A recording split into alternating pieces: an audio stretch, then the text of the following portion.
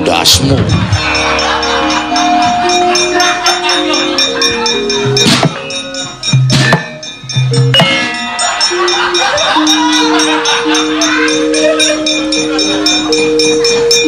Wah, Bagong edan.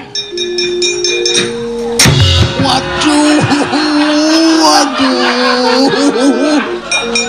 Jodoh ku anjlok rapati bener. Wah. Gede aku. Bagong edan. Ora meneke Bathara Guru sutuk. Kuku.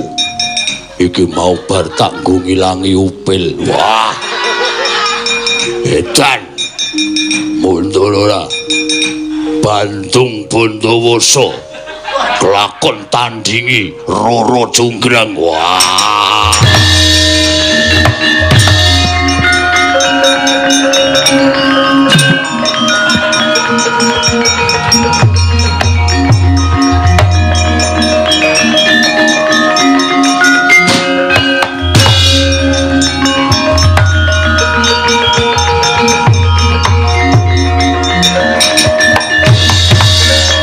Werkudara Janaka kok do mundur mungsuh Bagong ki. Bagong ki duwe kekuatan apa? Lah kok ngedape-dape. Hah!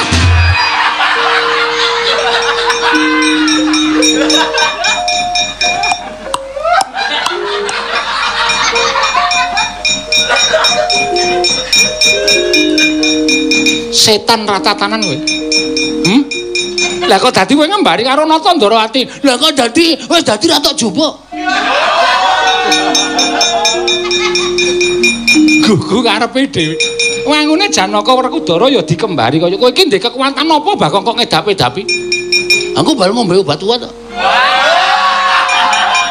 Kekuatanku mesti ngedap-edap. Iwangsung ngono mati lho mah. Ana sasmintane iso jagat wasisane ngobotara. Iki sapa iki? Lho aku Kresna Nata Ndarawati. Aja ngawur gawar-ngawur. Ngawar-ngawur.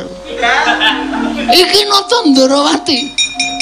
Iki Nata Ndarawati. Wah, tak goleke mungsuh mati kowe tak kandhani.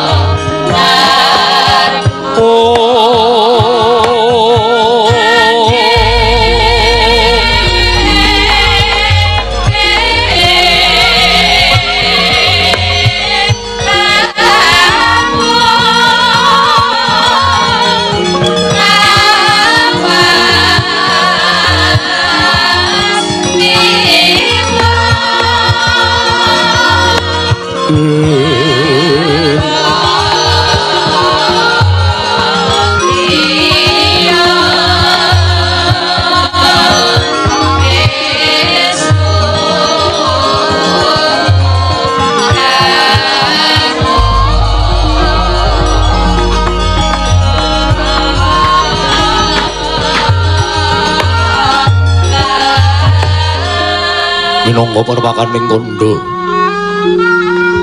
imbang-imbang ana tansah kejawi amung gemlaring kayiwangan Suralaya ya Jonggring Saloka ya Baku Jamur Kataliwarna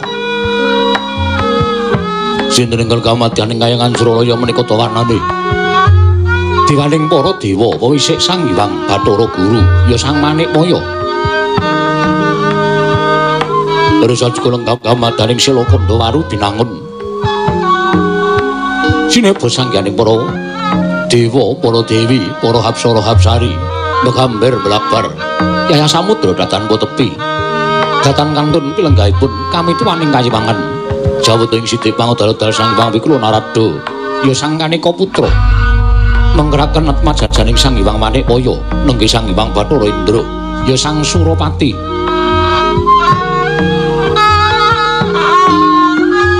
Sawetawis nggih panggihan madyaning Bali Marti Kundha.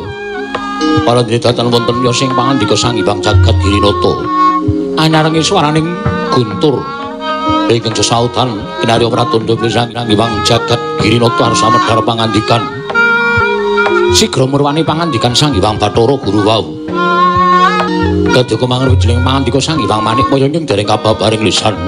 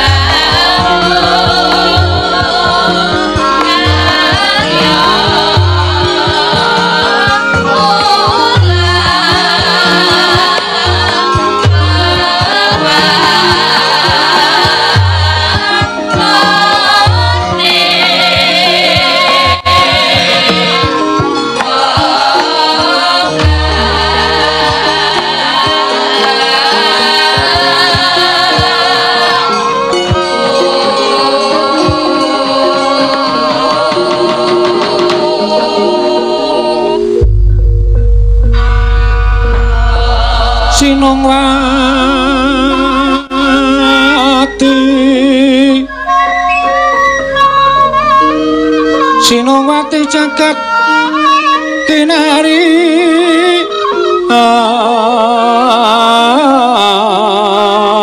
among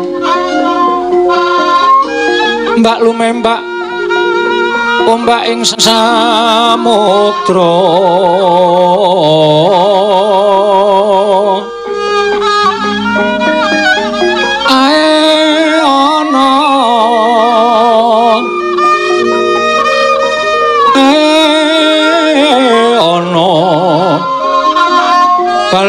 Tamra kanggeng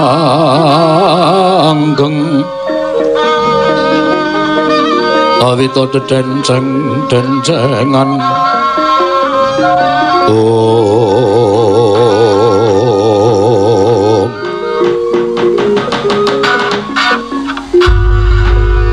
Om Mastu Nomo Sidam Karing Bawana langgeng Kakang Narada Kakang Resi Kanika Putra sawetawis lenggah wonten ing Bali Marti Kundha manik katuran karaharjan tedhak paduka Kakang Resi Narada merkencang warudaya Pak Pong Buk Bolong Kalicut sapa sing gawe lha nuwun nggih Di tansah pinanganing kawidatan ing sambi kula sawanipun ing Neraka ing sithik pangaludal mboten panggih alangan setunggal menapa namung parenga kula ngaturaken pudya pangastawunipun ing Neraka kunjung ngersa paduka Adi Pramesti kula pun dicundhaka panglingga murda keparenga pinarak ing langkung sekeca Kakang nggih sampun mboten kirang prayogi wiswanipun ing Neraka sithik pangaludal Indra prayogakno ngira ngadhep ngarsa ulun Bathara Indra Diwaji ora mapukul semban kula sampun mboten kirang prayogi wiswanipun ingkang putrapun Bathara Indra namung keparenga kula ngaturaken sembah sumengkeming pangabekti kula kunjuk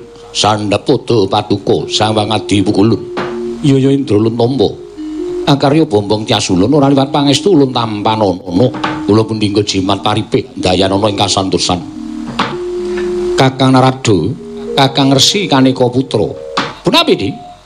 Mesti kemawon ndadosaken kejut penggalindika Kakang. Krana dinten sak mangke menika sanes pasewakan tuwin pepanggihaning para Jawata. Teka kula nglempakaken sangganing para Jawata widodara-widodari supados mlempak wonten ing Bale Martya Kundha Manik. Tuwa tandha pitaken salebeting manahipun ing Ngorokong Sithik Pangudal-udal badhe wonten rembak menapa di? Tuwun badhe ngrembak perkawis menapa dene paduka ngawontenaken pepanggihaning para Jawata. Monggo menika sanes pepanggihan ingkang saben wanci dipun wontenaken wonten madyaning Bale Martya Kundha Manik. Kakang Narada punapi? Gara-gara wonten tigang dinten menika ingkang kula raosaken suwasana ingkang beneh kelawan adat ingkang sampun. Ing mestinipun kayangan menika sawetawis wekdal ngraosaken raos tentrem ayem tuwin jinem. Nanging boten ngertosaken paranipun teka titik lenggan sak mangke sampun wonten tigang dinten menika. Kayiwangan kesasapapan hawa panas. Menika saking dayanipun menapa di Kakang Rada kula aturi paring dawuh. Nuwun sewu. Menapa mboten naminipun kula menika nguyahi seganten. Dene paduka Adi Pramesti Bathara Guru nambuhaken perkawis gara-gara ing tumanduk wonten ing Kayiwangan. Jernyatanipun paduka menika ngertos dhateng mubah musik ing para titah. Nanging Kakang Narada ngibaratipun kula ingkang damel cangkriman mboten wonten jamak limrahipun kula ingkang nyangkrim utawi ambatang cangkriman menika. Kedah Kakang Narada ingkang ambatang cangkrimanipun ingkang rayipun Manik Maya. Inggih. Menawi tetela mekaten estunipun gara-gara ingkang wonten ing kayangan menika kapirang wonten pinter-pinter perkawis. Mestinipun wonten lemah sangar kayu waing. Nanging sareng kula taliti wonten telenging jagat raya mboten wonten wujuding lemah sangar tuwin kayu waing. Upami wonten tertentu sampun dipun bedol dening para dewa kinarya umpak ing Bale Martya Kundha. Mekaten Kakang, wonten ing ngangka kalih. Inggih menika mestinipun wonten pandhita tapa.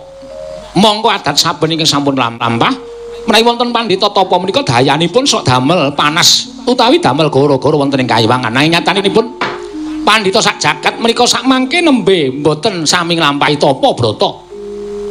Ing angka 3 menawi wonten titah ingkang hanjangkung kadewatan tegesipun nggadahi sedya nanging wonten sak jawining kekiatan titah menika kala wau. Contonipun pengamukipun Prabu Niwata Kawaca ingkang dados nalindraning para Jawata menika teges titah ingkang gadhahi kegayuhan nglangkungi dhateng kesagedan titah tuwin kekiatan titah menika kala wau menika diadamel gara-gara mekaten Kakang. Monggo samukawis ingkang kula mangertosi sedaya menika mboten kelampah wonten ing jagat. Ketingal jagat menika ayem tentrem. Nanging sabab menapa wonten hawa panas ing tumanduk wonten ing Kayiwangan ngantos tigang dinten menika dipun raosaken dening para Jawata.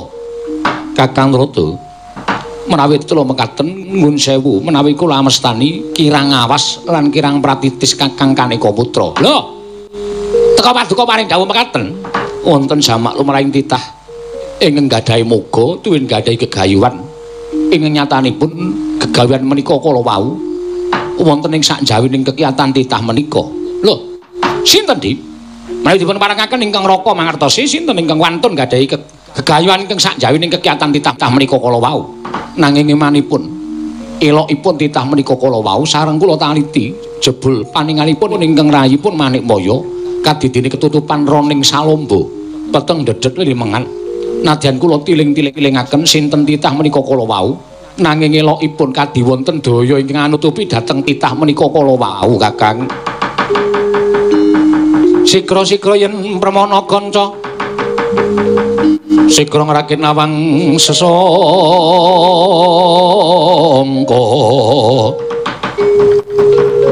nalindra mbek marwa sing sang katri kumulung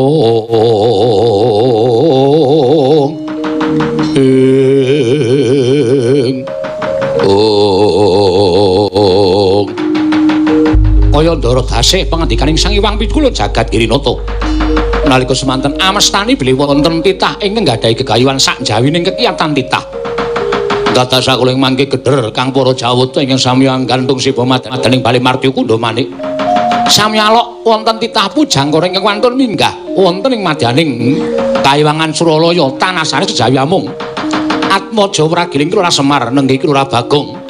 Ingkang wantun minggah wonten ing Bali Martikundha manik nyerpepek laku dodok akarya cingak sangganing para Jawa tata miwah Sang Hyang Pukulun jagat Hirinatawa.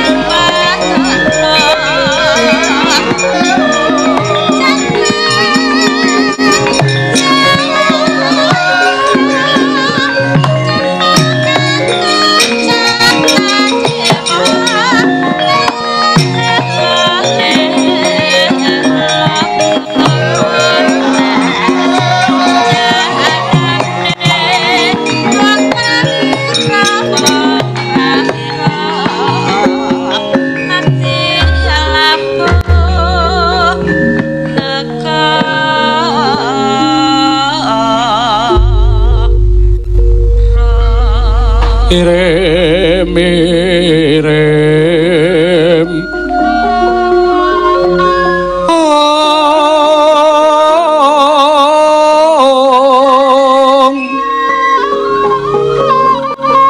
kembang bopong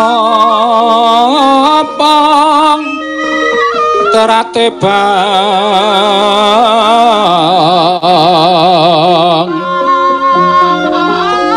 rerayungan loma lengkung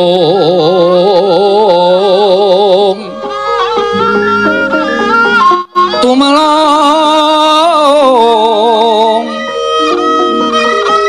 rumah mambat betlian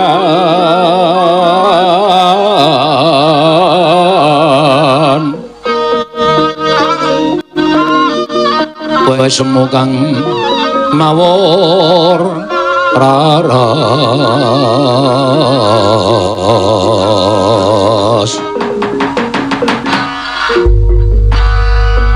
Mas Tunomo Sidam skaring bawana langgeng Kakang Rada nembe kemawon kula raos si jebul kadidene lumampahing wanci peteng kepapak obor sastra biar padang menika kadidene sowanipun Panakawan kula kinten menawi Kakang Badranaya nanging jebul sareng kula sawang kuncungipun teka mboten wonten menika Bagong Kakang Rada. Dalah. Lha nuwun sewu lho, Dik. Ing atasipun Bagong menika derajate ngaceplik menika namung Panakawan. Nanging lha kok teka saged minggah wonten ing kayangan malah sampun dumugi wonten ing Bali Martikundha manik mongko sasamunipun nglangkungi repat kepanasan menika kedah nglangkungi gepura ingkang mlebet wonten ing Suralaya dipun tunggu dening dewa kalih Cingkara Bala Upata. Lah keteka mboten dipun wangsulaken dening Cingkara Bala Upata. Monggo sasampun menika nglangkungi papan ingkang wiyar.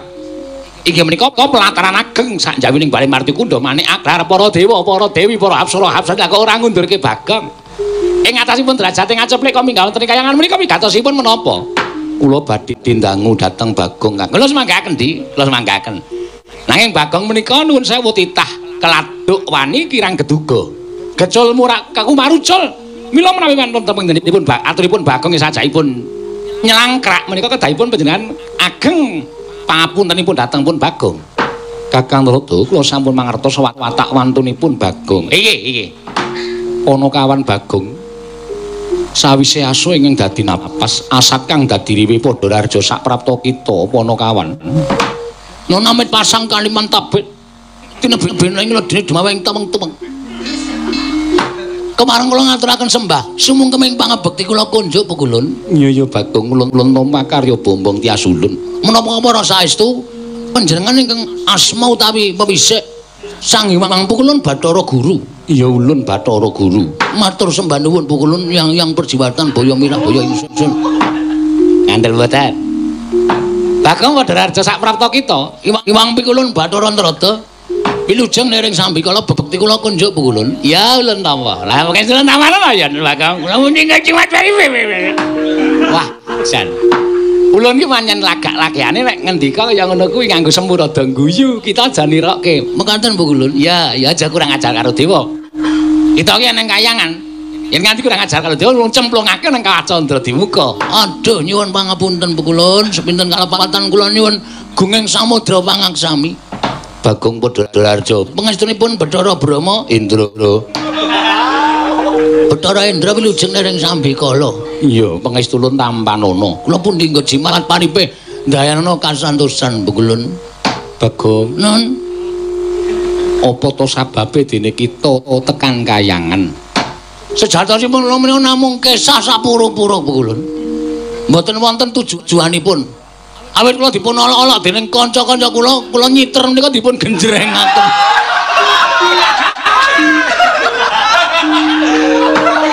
Mila kula kesah saking rombongan kula Pukulun.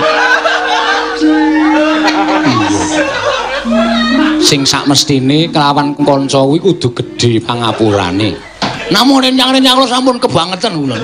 Ibaratipun kula dipun dadosaken tumbal. Pelecehan.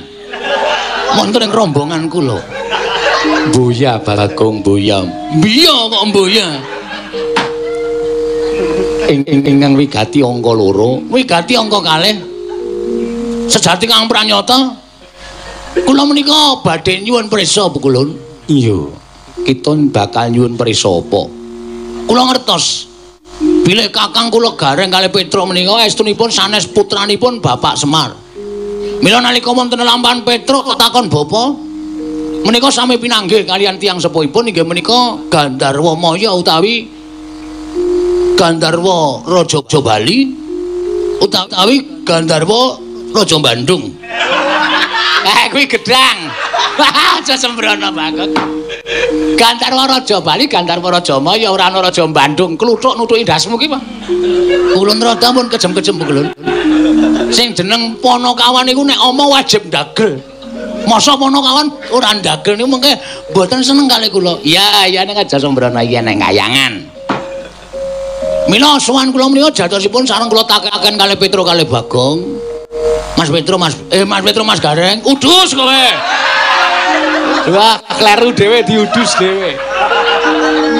Sareng kula tanglet kalih Mas Petra kalih Mas Gareng.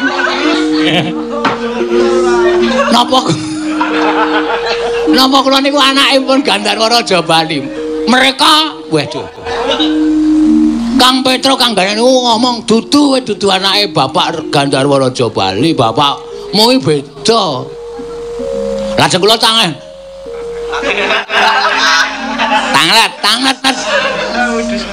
Kamas kula kalih menika. Aduh. Tanglet kamas kula kalih menika. Kowe duwe anake bapak, kowe iki beda bapak karo aku. Terus bapakku sapa Mas Petra, bapakku sapa Mas Gareng. Lah aku ora ngerti apa aku iki kancane bapakmu atos suarane. Mila terus kula mikir, iki sing iso ngekaki pencerahan. Kalawan bapak kula menika namung Sang Hyang Pukulun Jagat Girinata. Awit Pukulun menika dewaning para dewa. Pukulun menika kami tuwaning para Jawata. Pukulun menika sampun wonten saderengipun titah wonten ing jagat menika wonten. Ateges panjenengan ngertos silsilah dumadine Bagong menika kepritil. Kepripun? Kula nyuwun priksa dhateng Paduka Iwang Adi Pukulun Bathara Guru.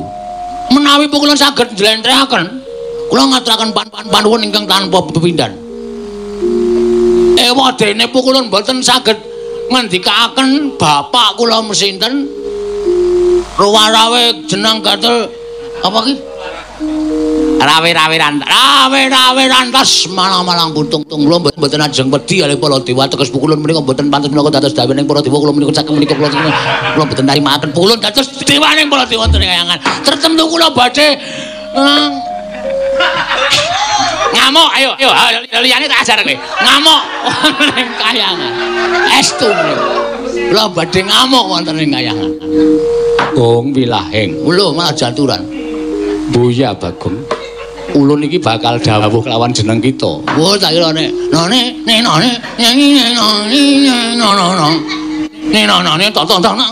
Oh gila heng. Ngoten niku kula sok nonton bukul. Oh nonton sapa? Lek Toyo.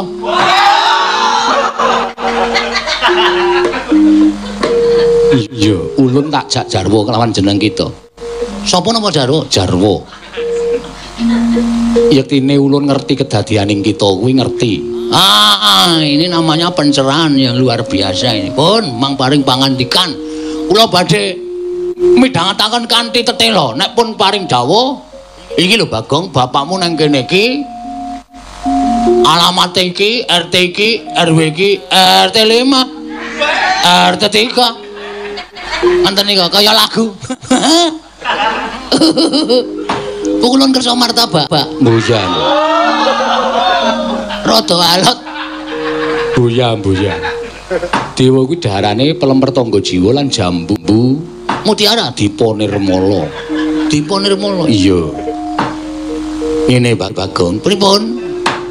Nalika bapak kita sambungan ya kuwi Kakang Ismaya Semar. Ulun tedhake ana ing Madyapada yektine jagat isih suwung kaya bumbung wong. Suwung tegese durung ana titah menungsa ingkang gemlaraning jagat kejaba mung Semar ingkang urip bareng kelawan bangsaning Jim. Bangsaning Gandharwa. Nggih. Mula ora mukal yen to wong natuane Petruk kelawan Garing kuwi uga kedadian saka bangsaning Jim kang aran Jim Salantara. Nggih. Sadurunge ketemu karo Petruk karo Garing sejatine bapakmu bali munggah ana ing Kayiwangan tumuli mutah kelawan Sang Hyang Pikulun Bathara Tunggal. Satu Tunggal. Bathara Tunggal kuwi wong atuwa ulun. Kang Sudarma. Iya. Terus Kanjeng Rama Pulun Bathara Tunggal paring dawuh yen to pancen Semar kepengin kanca marata meneng luwih dhisik. Ayang-ayang kita bakal ulun sabda dadi wujuding titah sewantah. Nalika semono ayang-ayange Semar disabda tumuli wujud kita kuwi dadi kita kuwi tanpa bapa, tanpa biyung. Sayekti dumadi saka ayang-ayangane Semar Badranaya. Mula ora aneh yen to Garing lan Petruk tansah ngajeni kelawan Semar nang yen kita nadyan kurang ajar kelawan Ismaya ora nate nampa soting Sang Hyang Ismaya utawa Kakang Badranaya. Amarga kita kuwi sejatine sak traju sak babak kelawan Kyai Semar Badranaya Bagong. Iya.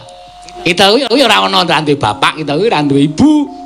Kita kuwi dumadi saka ayang-ayanganing Kakang Badranaya ya Kakang Semar ya wong atuwa kita kuwi. Yen kita arep nganggep wong tuwa ya bapak kita kuwi ya Semar kuwi. Bullshit. Apa kuwi?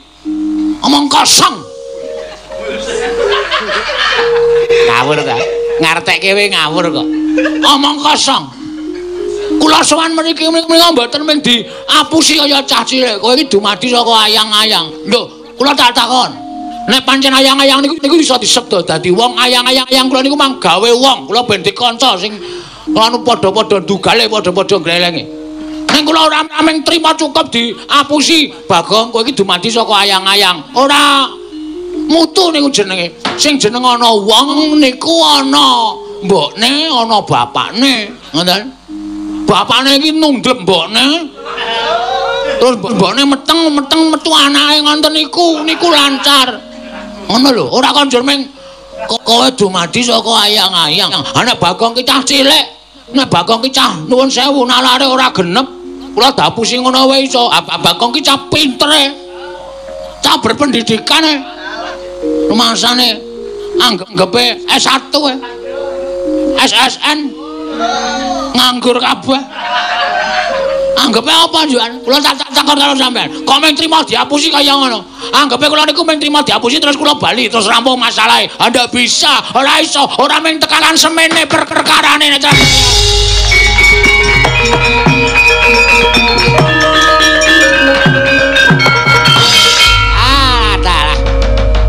Ora kencang laru dayang Pak Pong mbok bolong kali dhewe sapa sing gawe Bagong aja kaya ngono ya kira aja kaya ngono cah bagus. Lah kok dadi kowe terus ngadeg jejeg tanpa duwe tata krama kan sing 80 Bathara Guru iki nek nganti disot-sot dening Sang Hyang Jangan Giri Pratingga iki kok kepiye kedadeane kowe iki ya takon wis diwangsuli ya kudu trima. Meneng ora kowe? Sadurunge aku munggah mrene napuk cangkem wong gletak mlebu. Nanti ayo. Nanti kan sok nggo ngelawat UGD. Aduh, tapo ya weh.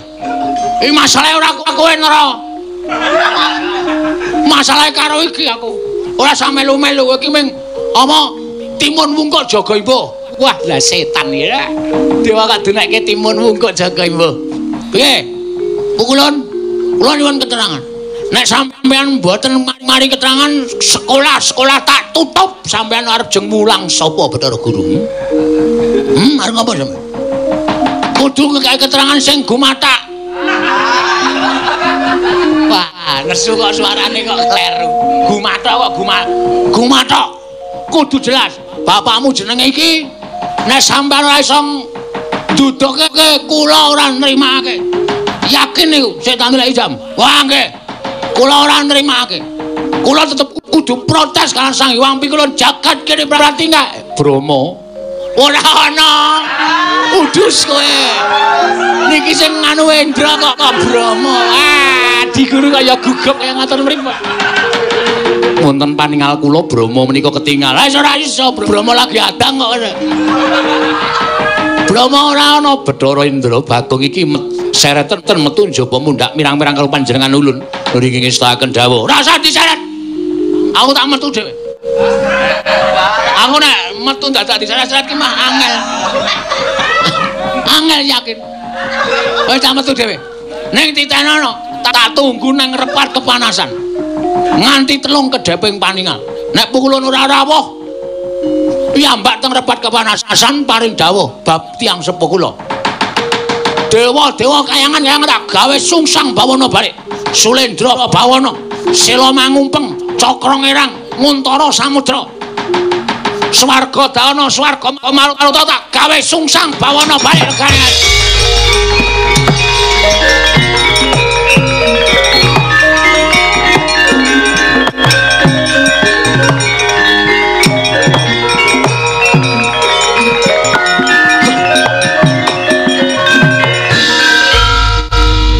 Pripun Kong wilahing.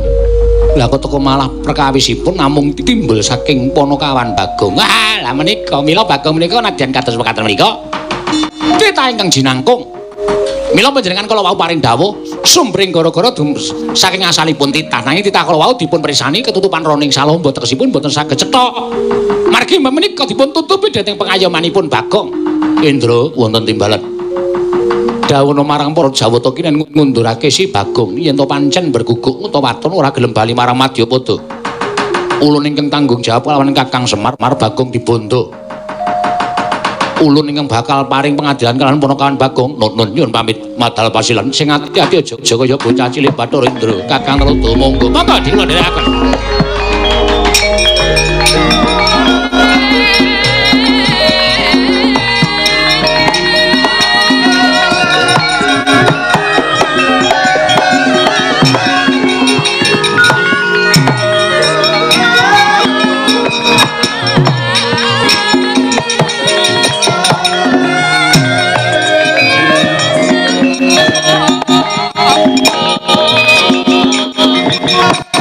Yeah.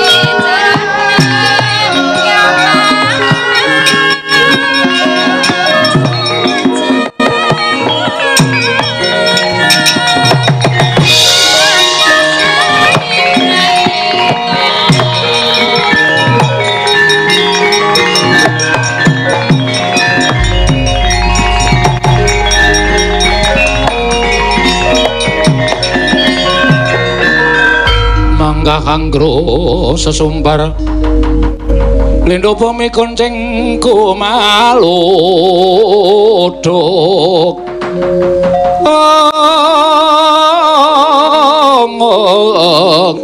kumaluduk kuntur ketup lumembak penyukang kumambang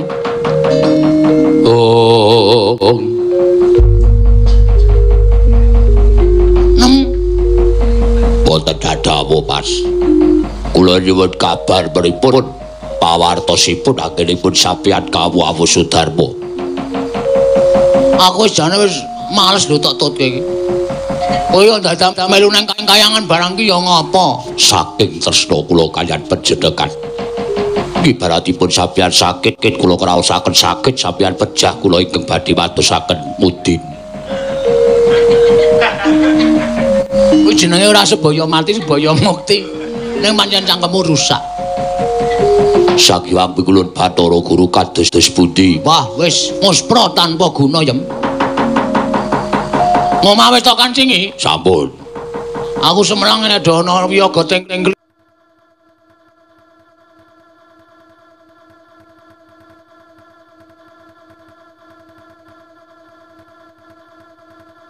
ngliti. Terus do mangani apa-apa do. Nek wis dikancingi ya wis. Nggih. Prajen pitik. Pitike dileboki kandang terus tok gemboki kabeh kandange. Sampun. Syukur. Wedhus-wedhus sampun. Ya wis iki ngene iki kriwikan dadi grojogan geguyon dadi tangisan. Tegesipun. Tegese iki aku wis kebatur wani karo para dewa. Mula pestena aku mati. Aku mati.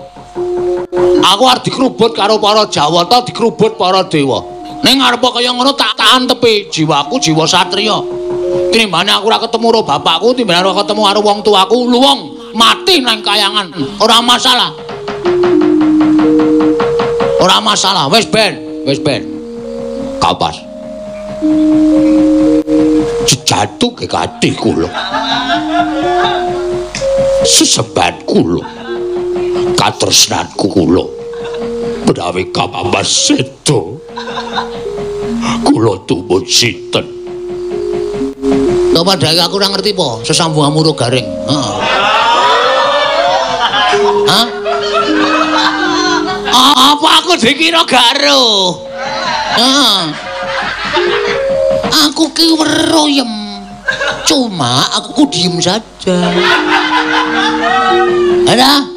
Kowe sok muni golek kayu bakar ning alas, ta? Bareng tekan alas padha glenak-glenik ro gareng ning grumbul. Pas niku boten kok wonten hubungan spesial antawisipun kula karo Pak Digari niku boten. Namung ngrebak-babakan panggula wetahi gesang. Wah telek. Telek jemek. Ora mungkin, aku ki ngerti pacake gareng kok. Wis ora usah kuwatir, wis dilakno aku tak mati. Mas. Kula tresna panjenengan. Kula tresna alih sampeyan. Wis ngerti. Ning ngene, katresnan kuwi ora langgeng. Ngono. Katresnan ki ora ana sing langgeng, ora eneng. Tresnane sapa wis to? Ora langgeng. Tresnane ibu karo anak, sok kala mangsane anak wis mentas, bakal pisah karo ibune. Katresnane wong tua bapak karo anak, sok anake nek wis mandiri, bapakne ya mengkari nyawang. Kalau mangsa bocah sok wis ora eling karo bapakne. Oke ngono kuwi. Nggih. Ha ta? Nggih. Kowe ya wis pisah karo mbokmu. Nggih. Sae mbokmu saplek-plek mbokmu tak tibake saka kursi terus lara kae. Nggih. Nggih, Pas. Mulai rasa sok gondali banget perkara katresnane aja digondali banget. Ning donya iki ora ana sing langgeng. Wis to. Cepat atau lambat Gusti mesti bakal misahake. Mbah kanthi cara sing kepiye. Ngono? Nggih, Mas. Ha iki ngene. Dalam hatimu kowe seneng lho nek aku iki arep mati karo para dewa. Ateges ora ana sing ngalang-alangi kowe nek kowe golek kayu bakar. Ha ta? Masa golek kayu bakar kok sangune anduk. Boten ya. Alah, aku ngerti kok. Aku tak mapake para dewa. Nggih. Kowe tak jaluk ganteni aku sementara ya. Nggih, gantosi pripun? Kowe bali tak dandani Bagong engko ben iso gara-garane klompit. Komplit. Ya, nggih. Nek ana aku, wis gelo penonton. Nggih. Sawangan penonton semene akeh. Sisih kono apa? Kae ireng-ireng do ora obah kae. Kae uwit. Nggih. Saking kae wong delok. Nggih. Megengo napas. Wis tak kedhawu. Ngampet ambekan tak suwunke karo sing gawe urip kowe tak cipta iso wujud Bagong. Wis tak kedhawu. Saiki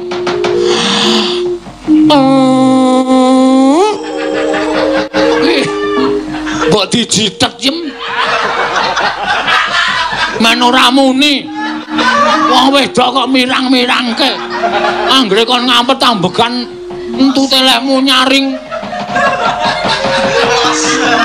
Kok lelos lho. Edan tenan kok. Iso mati. Apa tok jembarke kae harmonika.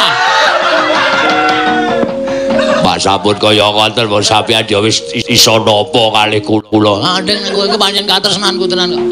Nek iso tangi turu kowe karo aku ya iso perang antarane perang ang jalur Gaza. Nggih. Aku ngebom, kowe ngebom, aku ngebom, kowe ngebom, ora ono rampunge. Nggih. Le rampung nek salah siji katutan. Nggih. Wes kamu tak cipta, ndak salah kesuwen. Oh iki tak kedhawu. Nuwun perting Gusti nganggo murbeng jagat paling ngono daya kekuatan. Sak ciptane Bagong ana sak sedanane Bagong iso kasembatan iso wujuda Bagong jebles karo aku muga-muga kelakon panjenengane Bagong. Asempatane moyo ya.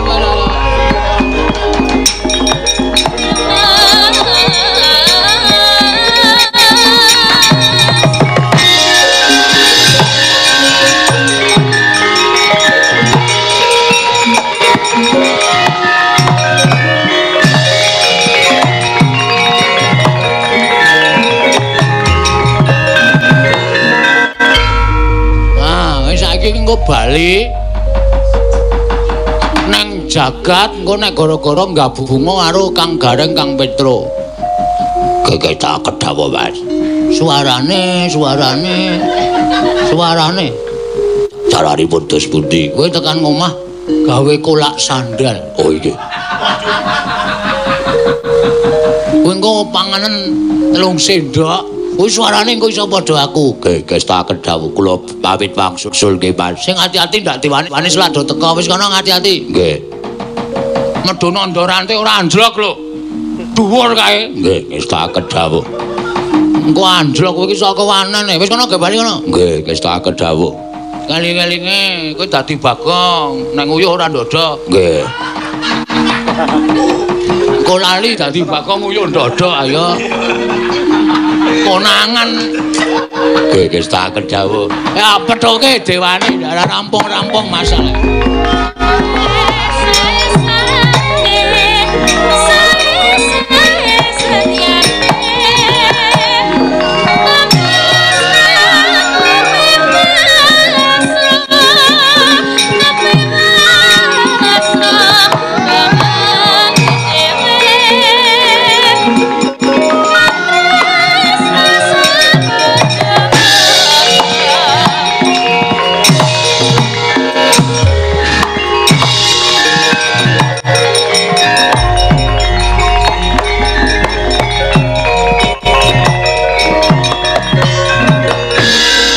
Nututi lamun katututan lamun mangsa prawira diktaya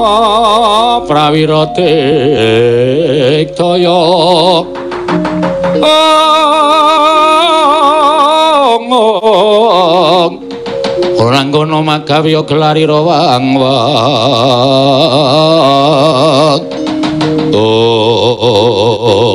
Bagong wonten Jawa apa kula ngemban dawuh timbaning Sang Hyang Pikulun jagat giri pratingkah aku kenen balekake lawan kowe. Lho sampean nyilih kula napa? Lho. Nyilih kowe piye? Aku dadak dibalekke. Tegese iku kudu bali ana ing jagat. Kula purun wangsul wonten ing jagat raya. Kula purun wangsul wonten ing DKI Jakarta menawi. Omah kita iki ngendi kok tak ditekan DKI? Anu. Kula purun wangsul wonten ing griya kula. Waton kula dipun paringi dawuh. Bapak kula niku sapa? Simbok kula niku sapa? Nek pukulun Sang Hyang Bathara Indra mboten maringi dawuh, Hyang Pirun Bathara Guru mboten maringi dawuh. Roma rawe jeneng Gathol ora duwe. Kuwi senggaan. Rawe-rawe antas malang-malang putung. Malang-malang kaya ndo, mentang-mentang kaya empring lodon. Tetep kula terjang. Wani marang aku sing tak wedeni apamu? Ora minggat kendarataning Bathara Indra kelakon tinjung akhirat nyawamu. Monggo kula ladosi ning ngapunten lho nek kula kepeksa kurang ajar kali pukulun Sang Hyang Bathara Indra.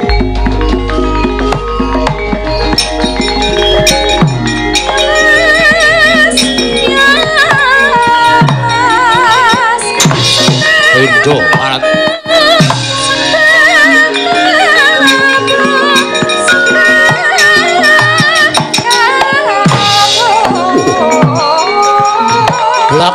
silakan. Ora apa-apa, Mas. Wani nantang diwai wani serep nyawane. Ya. Oi, mondare. Ayo. Apamu kapan?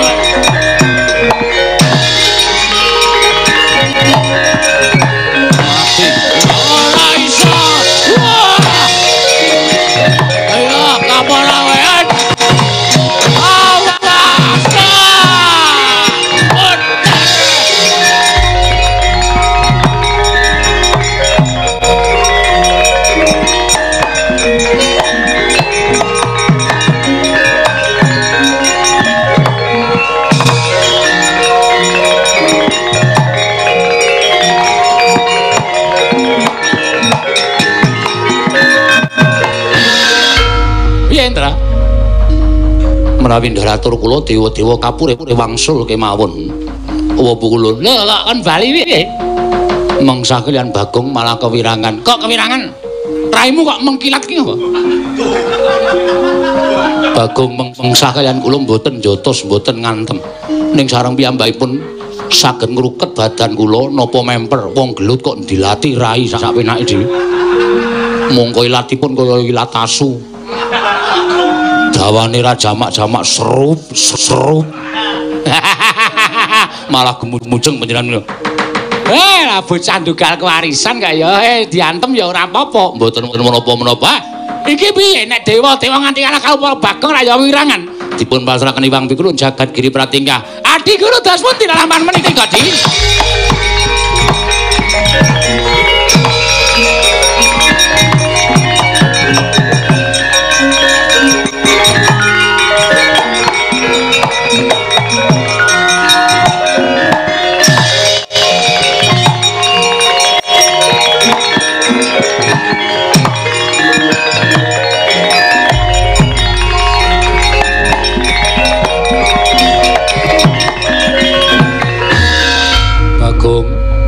Ana kawan Bagong wonten dawuh pukulun sepisan meneh ulun ngelikake kelawan kita aja tumindak kang ora perlu prayoga ning kayiwangan kula mboten ajeng tumindak menapa-menapa nek napa sing kula tangletke kalih pukulun Sang Hyang Jagat Girinata menika panjenengan paring dawuh lan paring keterangan ingkang sak cetha-cethanipun ning Bagong ngemon nek diwangsuli Bagong kowe dumadi saka ayang-ayang wegah kula ora masuk akal. Secara pikiran napa jenenge niku? Secara sekolahan lho napa jenenge? Ulun boya ngerti. Waduh takon sapa ya iki ya? Secara ilmiah. Nalar manusia secara jernih dan lancar. Mboten wonten jamak lumrahing atase manusa kok dumadi saka ayang-ayang. Ana ayang-ayang disebda dadi wong terus dadi wong niku model pundi? Atene saniki nek ana wayangane wit niku terus sampeyan ngendika dadi wit. Atene donya rungkut banget. Iya napa iya? Lantri paring pangandikan ampun plendas-plendus kados mekaten menika. Nek sampeyan ora iso ngekeki keterangan sing gumathok, kula ora nrimakake. Yen ngono kita arep ngopo? Ana dewa gawe wirang gaweane.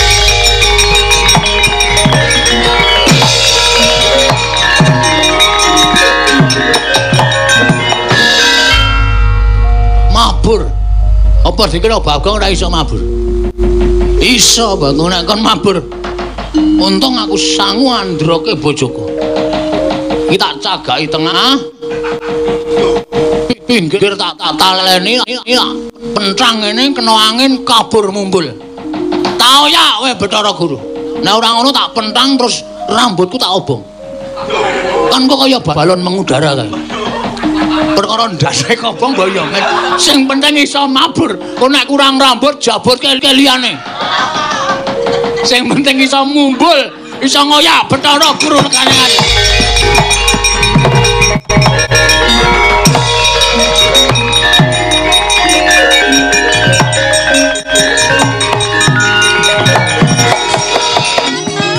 Sumayana sumawur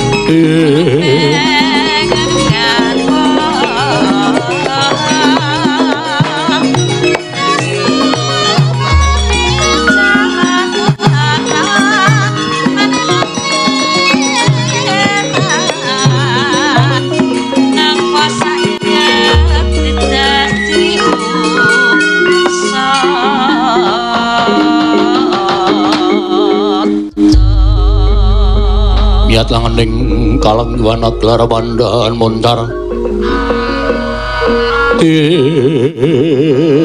non lir kekonang surem sorotetan padang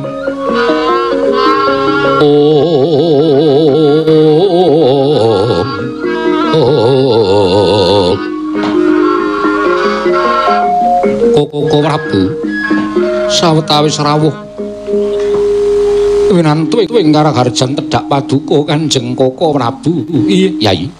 Tansah pinangan kawidadan niring sambi kala. Namung keparenga kula ngaturaken puji astawanipun ing Raka Kresna kanggo aku ngaturake basaku katula. Ora kudara tak tampa. Koko Prabu kula ngaturaken sembah. Arjuna tak tampa. Pangestunipun Kakang Tampanana.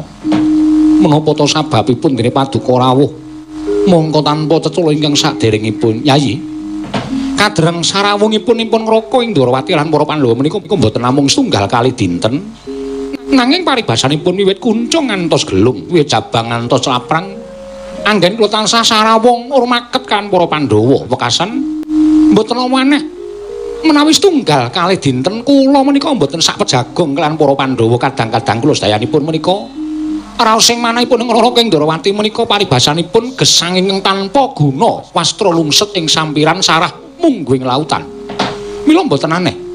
Menawi pendak dinten kula menika tansah kepi anggen kula tansah caketan lan kadang-kadang kula para Pandhawa upamiya kados dinten sak mangke wonten kalodhangan tuwun mboten wonten kewajiban wonten negari Ndwarawati tartemtu kula sowan dhateng negari Ngamarta.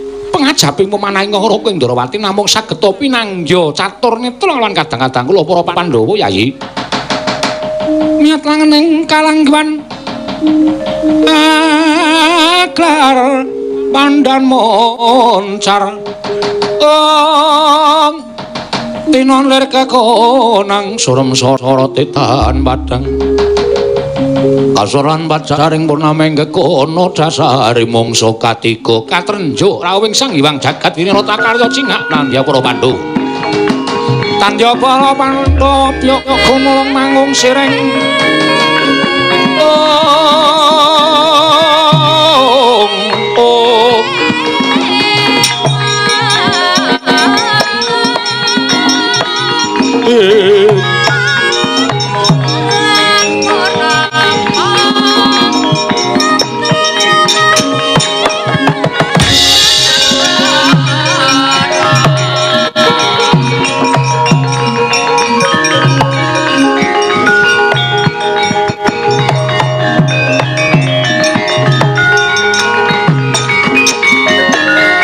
kuncing langit kelap-kelap katon lir kincange ngaris risang mawe gandrung sabaran katulo kirmo yak mayik pukul ulun kula ngaturaken pangabekti kula kunjuk iya Puntadewa Luntompo pukulun bekti kula kunjuk pukulun aku ngaturke bekti pukulun bekti kula kunjuk Pandhawa Luntompo Kresna Luntompo menapa to sababipun dene paduka rawuh mongko semu keseso anggen paduka tedhak wonten ing negari Ngamarta Kresna Werkudara Arjuna apa dene Puntadewa destun temen ing atase ulun kuwi dewaning para dewa teka keplayu saka ing kayiwangan disababake saka tingkah polahe Panana kawan kita kang aran Bagong ingkang wani ngrusak kayangan merga nggone murtah kepengin ngerti lawan wong atuwane wekasan gugugat marang kayangan Suralaya lah dalah Werkudara Janaka Bagong mendakno cah bagus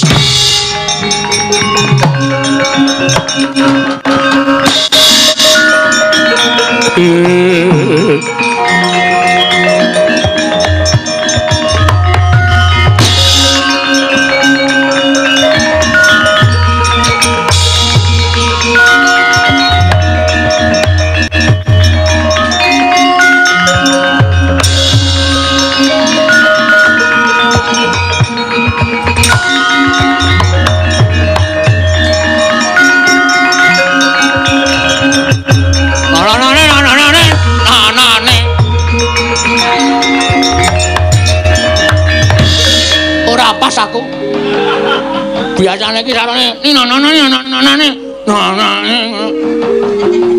sarane ora muni goblok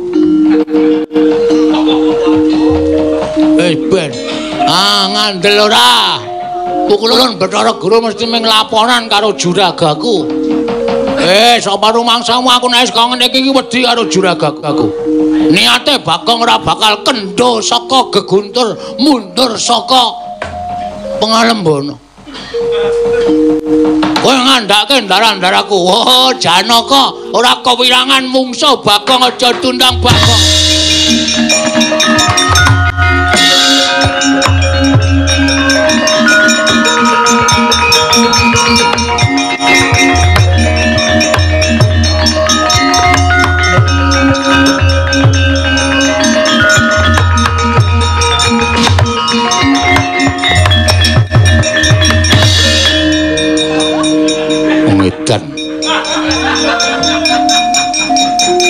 ayo kowe arep tanding karo Raden Janganangka satriya saka ing Madukisma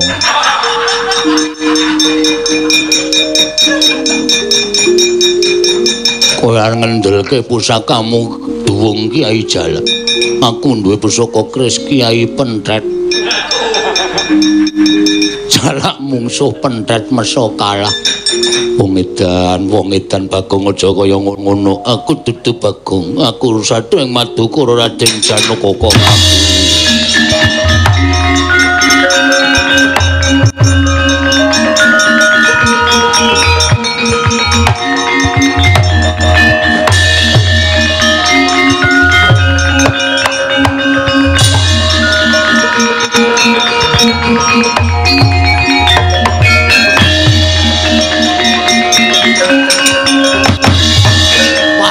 aku bareng aku ra metu nonone Werkudara arep kewirangan mungsuh aku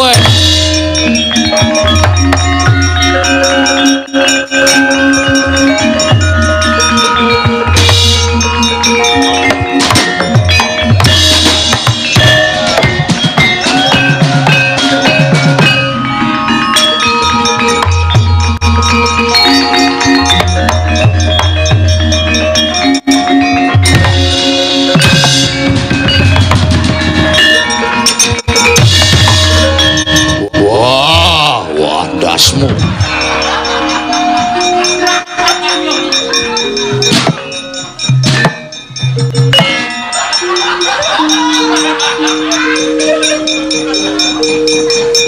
wah Bagong edan waduh jodoh aku androk rapati bener Wah. Gede aku. Bagong edan. Ora meneke Bathara Guru suduk. Kuku. Iki mau bar tak nggo ngilangi upil. Wah. Edan. Mundur ora. Bandung Bondowoso. Kelakon tandingi Roro Jonggrang. Wah.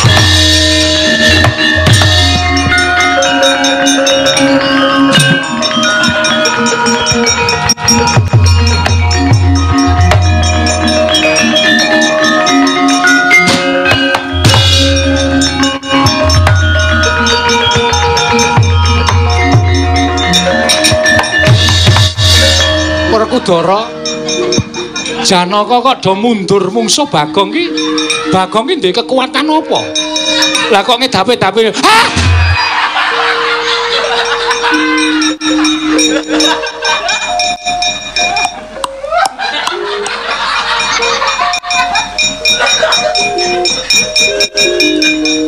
Setan ratatanan kowe. Lah kok dadi kowe ngembari karo Nata Ndarawati. Lah kok dadi wis dadi Ratu Jumbo. Gugu karepe dhewe.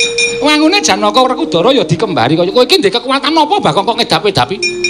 Aku baru ngombe obat tuwa to. Kekuatanku mesti ngedap-edap. Iwangsung ngono mati lho mah. Ana susah semintane isun jagat. Wasisane ngobodara. Iki sapa iki? Lho aku Kresna Nata Ndarawati. Aja ngawur gawar-ngawur. Ngawar-ngawar. Iki Nata Ndarawati. Iki Nata Ndarawati. Wah, tak goleke mungsuh mati kowe tak kandhani.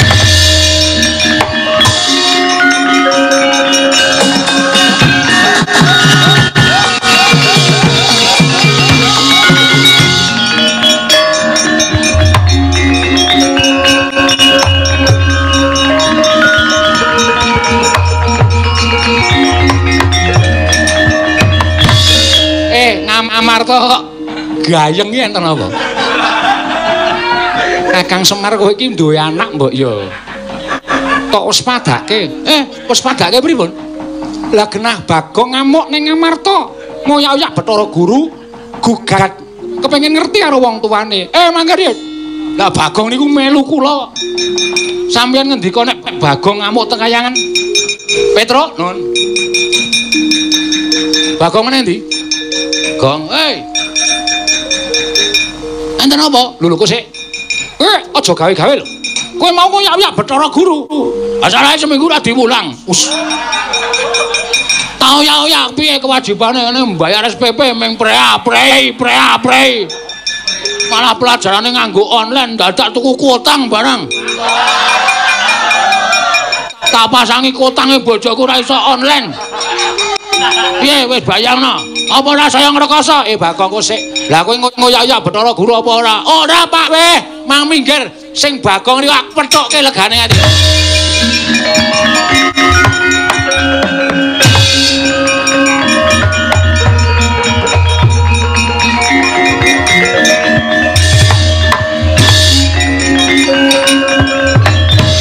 Ora menungsa, ora dewa. Ora bapakku dhewe, ora kakang-kakangku dhewe. Ngalang-alangi karepe Bagong raweh-raweh rantas malang-malang tak putung. Gong. Gong. Suarane kok ya padha ya. Wis kowe meneng sik. Gong, ngapa? Gong, ngapa? Wih. Padha lho. Iki jane sing Bagong sing endi? Kowe. Sirahe kena saos kuwi, Mas. Mangan mie ayam saose tekan das. Boyo dilangi to, Pak. Nggo bukti nek aku njajake anak-anakku. Apa menjajake anak-anake kok saose dadak dicapletke ning sirah ora. Nggo bukti mbokmu. Nek nakokke duwite, kowe iki arep ngopo to, Le? Arep takon bapak. Iki bapakmu. Udo. Kowe udo bapakku aku. Petro duwe bapak dhewe, Gareng duwe bapak dhewe. Kowe iki mung bapak sambungan. Hah? Bathara Guru tak takoni. Muni ora ngerti, muni ora weruh. Aku ora trima, Pak. Ngene tak kandhani. Rene tak idoni raimu. Arep wani karo aku kowe. Wani karo ndaramu kena ning nek wani karo aku. Antel jasmu. Mulya. Ora ngono, Mir. Kowe wani karo aku ki, kowe arep kualat ya. Arep kowe ora ngaku ki bapakmu ning aku ngopeni kowe biyen tekan saiki wis mengabad-abad. Kowe mangan tak pakani ngombe tak ombeni. Ora iso katokan tak katoki, ora diklambi tak klambeni kok arep wani karo aku ki sing tok go menang apa? Oh, Pak. Terus asline piye? Ah, ngono. Kok arep amuk-amuang. Ya bener kowe iki pancen kepengin ngerti bapakmu sapa, mbokmu sapa, gugat ning kayangan. Ning ora slamake kowe iki derajate kawula kok wani karo dewa. Dewa iki lenggahe ning dhuwur. Ning kawula ya diwajibke omong, aja dibrangos cangkeme. Bener. Ning ngomonge sing apik, omonge sing nganggo sopan santun, ora sak penake dhewe. Oh, kapok kowe bapak. Kowe ngetokke suaramu iki kena. Ning nganggo swara sing sopan, sing santun, becike ngene, apike ngene, aja nganggo kumrangsang hardaning nepsu ndak ora prayoga. Ya wis.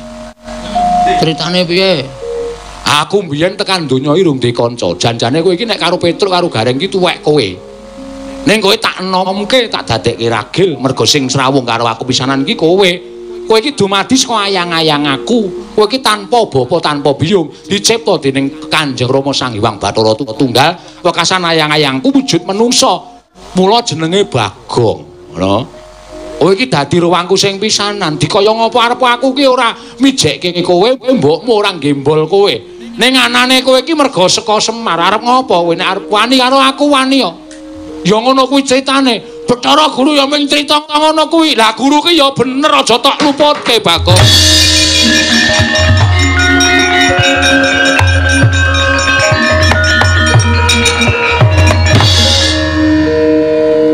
Terima ora? Terima. Ora sembodo mau glelenge Raja Mak. Saiki krembak-krembik. Meleh, Truk. Oh. Aku weruh saos mie ayam mau terus wetengku teng kerupuk e. Ya, engko tak jajakke, ya. Setengah porsi. Ngendi ana bakul mie ayam kok setengah porsi iki cara ngendi ora? Le bedakle ngapa jenenge apa? Nyuwiri mine iki angel. Aku kulino nyuwiri ngono. Kae sapa, Gong? Kuwi sapa kuwi? Yem. Salen yem. Oh, mula bojomu to, Gong? Heeh. Mau mula kok tak terke ning kamar mandi iki, Bagong kok le nguyuh kok ndodok. Gek suarane kok bol bojomu to. Kowe ora melu mlebu to? Ora. Yakin? Ya. Ora ya. Mah badar yem. Nggih. Wis rampung pakaryanmu.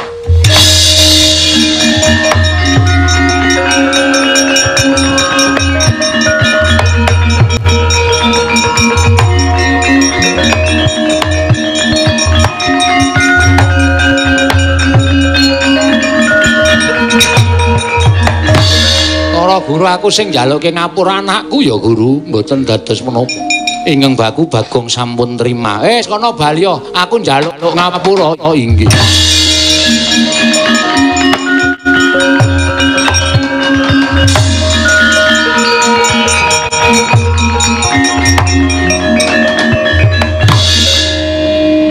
Bagong tetep kudu nampa pawukuman. Lah sebabe Janaka Werkudara lara.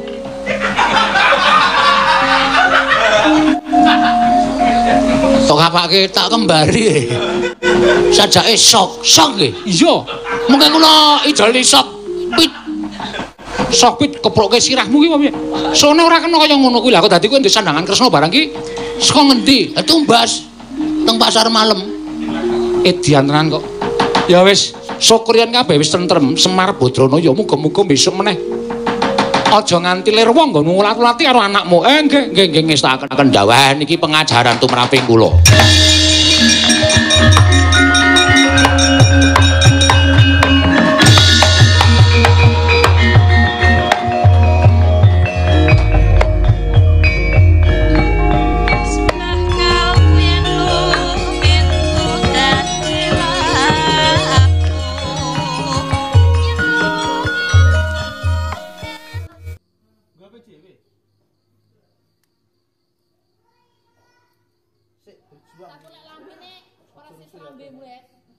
Cek berjuang dia aja ngurusi HP. Degluk gak aja ngeweh degluk. Merah pikir ngene ngono. Cuma sing sini aja lari ya. Gede.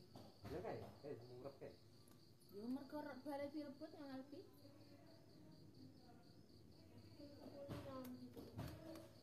Hah? Udah lama ora tek manas ya, Mas. Kalau apa? Poli. Nanti Yang kan dibalik di poli. Biar bikin poli karo liit iki. Ini jeneng kene lho, awak terus bulekmu. Kedinge kudu Ning balik-balik kene iki. Ning kene ning ban. Kok omong wudu wong bayar kading kok mburi nggawa. Apa lho? Bal. BNK ki nggawa lho esuk ki kok omah. Saben 5 detik tak iseni. Iki nggonku lho, Bu. Loro berarti ning kene. Heeh. Nggon mbak kok dikulih. Berjuang, Tet. berjuang sekuat tenaga. Telolet. Hadapilah semua. Tet. Ndak yakin ngerti. Ya lo Mbak Pen, ayo cek ngegame jam. Lekas tak pasang ini. Sopo apa iki? Aku meneh. Ora tak toleh. Lah, wong iki mandi. Lah, laki tak tinggal miring nih HP ku lho. Wis Ngara. iki wong ngopo? Jadi aku ndak iso turu dek ayo ngegame. Yo, lagi HP ini laki tak iring nih lah kok ngorok jadi ora iso turu. Lah. Rekaman kono lela. Jadi ki ngono. Berjuang. Mulai salin dong. Berjuang sekuat tenaga. Iki tas jerem nggone paling oleh Mbok Pin. Tuh. Nah, kaine nek emak ora ngene kok Ora iki. Nah, gua ini ngono. kaine iki Rosok-rosok. iya kaku to, Mbak. Iki. Wong barang wis 130. Lah iya baturku lek iki 35 Hadapilah tuku kok lah iya. Halo, dicukup bapak halo. perjuangan harus Karena mati di pula bawah. disertai doa. Tidak cuman Maria yang dal terus aku dengan Berat Lu ngono ora iki kehidupan ya. dulu Karena jeruk cicip. pernah ke beda ngono. Kan poli hal sakit-sakit Saya kan baru dahulu. futsal ra kena enggak. Orang kenal ya? Sing ulang tahun Mbak Ayu nih kok sing njaluk dhek. Sing njaluk dhek iki luwih larang. Ya masa dhek sing ulang tahun, dhek regane tikel pindho karo nek Mbak Ayu niku mangko pae. Mbak Ayu itu beber mati 1000 dhek Mbak Ayu tantangan karo 85. Ngono iki sing meri lho, jam tanganku sing meri. Jadi piye lho kan karemu kuwi sembarang batur sunyekel kate ora oleh kuwi. Kene jegur kene. Lale nak ayo. Goreng anu ae lawuh, goreng lawuh. Sopo ya, yang Mbak Racik. sing anu sing ngomong njaluk bal futsal. Bisa main dhewe to. Saudara menjadi futsal. Kaya dengan film ompet kalau. Ya Oh, malah ini film. lemburan kuwi sing nenteng. Ya lah. Buat. Lah abot kudu nganggo sepatu. Lah, wis broyok ngono kok lek omong. Goyang futsal iki. Bahaya goyang iki. Wis lah dilene. Ora anu lho. Kuwi ki sakjane ora sen nangis, tapi carane dia menunjukkan kekesalan iki ngantek groyok. Gak muni. Kan ngengkel, ngantek ngengkel, saking kengengkelan ngono ngantek. Ngotot. Heeh. Iki anu. Awak iki tadi. Oleh bantuan ke Pak Jokowi kae. Kemudian oleh tas kae. Tasal. Oleh tas tombok. Aku sing jembuk sak kagak. Oleh bantuan ke apa kae? Apa deh? Apa? Iya abik apa iki? Anak buah kapal ABK. Kok ngendi lho? Aduh kan negara. Ya. Tak kira-kira 1200 akhirnya mumpung biaya antri lah sampai kok 400 saya. Yo kene berdua karena Itu ngatain dulu Google. Bantuan apa ya? Bantuan ABK ngono ya kayak. Nek di Google ki 1 juta ora ke. 1 juta 120. maksud komber sak karep. Lah mesti kok 400. Apa iki bantuan iku apa iki? Albi dhewe. Kos sekolah niku lho. Lho kasih iki Albi. Albi karo gumbrek. Coplok. Lah kok anak anu? Apa ki? Anak gumbrek kok lah. ABK ki anak berkebutuhan khusus. Jare bocah anu niki lho. Bocah lek pinter-pinter buangan lek ndableken goblok-goblok. Ngono ku lho. Jane Ayo to, ora standar bocah Lek ora bocah standar. pinter banget, bocah pinter malah anu aktif banget ya oleh kuwi ki ngono. Kira sing anake Pak Gumbrek kuwi. Embung. Goblok. Goblok banget. Ayo, Mbak. Iya. Kira iki mbok akeh aktif banget iki. Bocah apa jenenge? Cara umur sekian. Ki Bocah ora anu lho, ora sesuai karo stunting lek ngarane lek wong tuwa. Cara Cara bocah bocah stunting. stunting. Ngono-ngono lho. Oh, mangke aku iki ngerja ke anu nang LKS Indonesia, tapi iki kuliah LKS Indonesia. Tapi iki kuliah buku terus. Ora ngerti peribadane apa. Peribadane besar pasak daripada tiang, ngono bahasane ngono. Heeh. Kira wis Ki kok artine apa? Besar pasak daripada tiang. Apa Bi? Besar pengeluaran daripada pendapatan. Ngono lek. Anu, Mbak. Iya deh, iya. Besar pasak daripada dia. Bisa dosanya daripada pahalanya. Bisa dosanya Besar pasaknya daripada pahalanya. Iya, jenis lagi ya. Orang kuwi ya. Iki padha karo piye? Besar pengeluaran daripada pendapatan. Masukannya kan. ya padha. Lebih besar Besar sayangnya daripada bencinya. lebih besar dosanya daripada pahalanya. Lebih banyak nasinya daripada lauknya. Nah, itu podo, namanya podo. Podo bisa masak daripada tiang ini. Oke happy, oke heleke timbang apike. Lah, iki kene lah iki lah. Lah kuwi kadran melu-melu iki sama Kene. Ayo dolan nek ta. Numpak badan iki yo. Ayo. Ki Albi masa wis gregeten ya. Ayo dong, Mbak. Direkmu kesayanganmu, saya ki sapa lo kesayanganmu ki? Besti. Aku. Duk. Mama pada kayak kelet-kelet ngono madu mangsa. Pikirane nguntu kok tual-tuil. Oh, tapi kecil. tato dulu. Duduk orang mbah. Ayo numpak kene, naik kene yo. Yo. Jalan-jalan mau. Ya kok enggak. Aku jalan-jalan lo ya. Aja melu amen ngomong Oh, ae. balik ke rambutnya. Ibu, Aku ya. itu Bu mau layangan. Nah iki, ayo dolan karo Mbah numpakne yo. Yo bi ikut bi. Apa mungkin? Bahar nyang Jakarta. Numpak kuwi melu. Andu. Melu. Dikit tambah menit beri. Lagi pakai ngajar yang CTMPK loro. Lah iki telu. Ya soalnya Dino telu. Lah iki loro soalnya hewan-hewan. Oh, keren. Rino ini. Nang jati Pak Bulan itu tak kirane. Tinggal melu to sampean. Ora.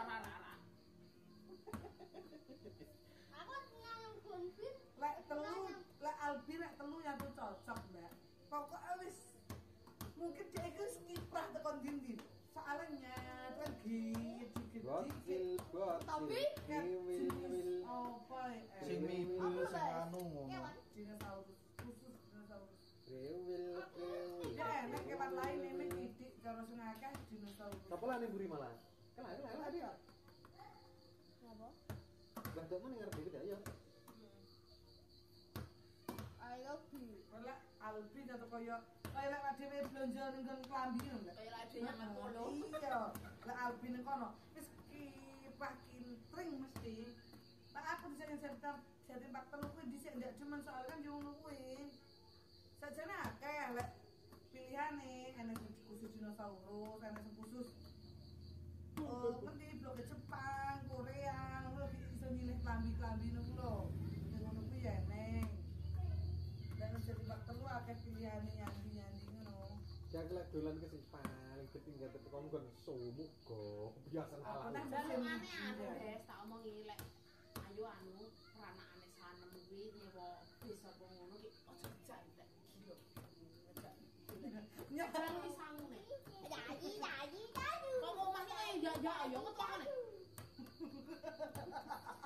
Ki mantap ngono kan yo ngopet ditarik sembarang-barang wis. Gila bingung. Lah kok jare semua pengen arepnya ngopo?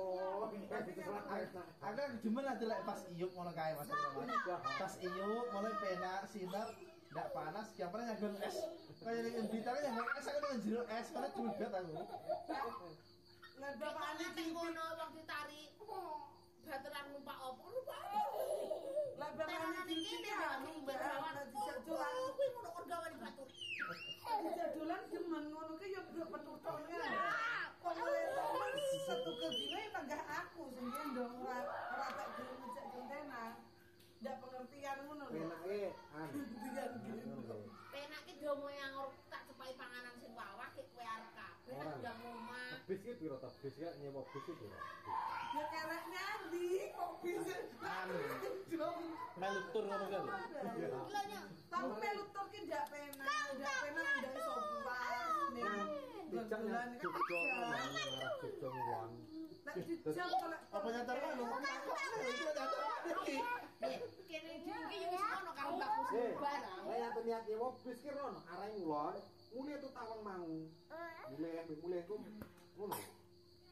lah yang Malang ngetan mak dhewe lah aku nyejake Anu, ngulon lek nyawa ini wisatane larang-larang. wisata larang tapi khusus lek ngetan ki khusus gawe bocah lek ngulon kuwi dewasa Ya ku Borobudur, Prambanan. lah saiki cara yang Borobudur cara grup relata kan ndak ngerti Kan yang apa rono? Ya ndelok-ndelok watu celuk-celukne ae. Ya ku terus piye? Semetung pengen watu tumpeng. Engko mule tuh tawang mau, kono mrene. Engko mandi bocah kota jogane iki kene medhun Dolan kan kene. guys, yang perkebunan yo. Berke lagi dicole ning ngono, ki anu metili apa? Sarangan lho, Bu. Ki metili apa kono, ki ku panen apa, ki nganu. Strawberry. Taman-taman ngono. Daerah Tawang Mangu strawberry kuwi ngono. Apa kena efek gubis wae. Sarangan lho, Bu. Tambah anu. yang Malang Kok lek wayah mangkat bapakmu disetek ae di rumah. yang Malang Bu, diwani es yang mama. Tapi yang Malang yang kerajaan dino. Nang Surabaya derek manis kerajaan dinosaurus. yang Malang iki yang nggon petik oh jeruk karo bapak iki kan Mbak Andri ya Ah, saya saya jeruk iki lek nang 5 plastik oleh metik maksud apa ya kan antara gen penimbangan nanti enggak gor. Nah, Mas plastik sing telung plastik makanya sih sekarang Mas Arif ini padu nih. Ler Mas Arif ini padu nih kuwi. Kelat cekeleta kelat. Ngono lho soalnya pokoknya Malang. Yang jadi petik jeruk rada sore ae. Cili ora kan. Nek rada sore ndak ditunggu. Ning jeruk apa? Heeh. Rada sore wis sekitare ibarat tutup jam 4 ngono ya. Jam 2 lek mrono. Kan kok rada suwi ae ning kono wis Mas, anu yo, nanti tak tunggu di tempat penimbangan yang register lagi. Murah, nang blek kresek luru kresek gawe. Arek loro. Oleh nyepakne dhewe ning tas. Yo, hampir lakone ora Aku ngerasa ada 5 kresek. Sing tak dule 3 kresek. Sing tak disuruh mobil. Berarti montore mau oleh mlebu. Oh, lah. Lha wong yo ngene iki gone jerukne ning buri ngono. Nendal ngene iki motore. kalau Mbak cek maning.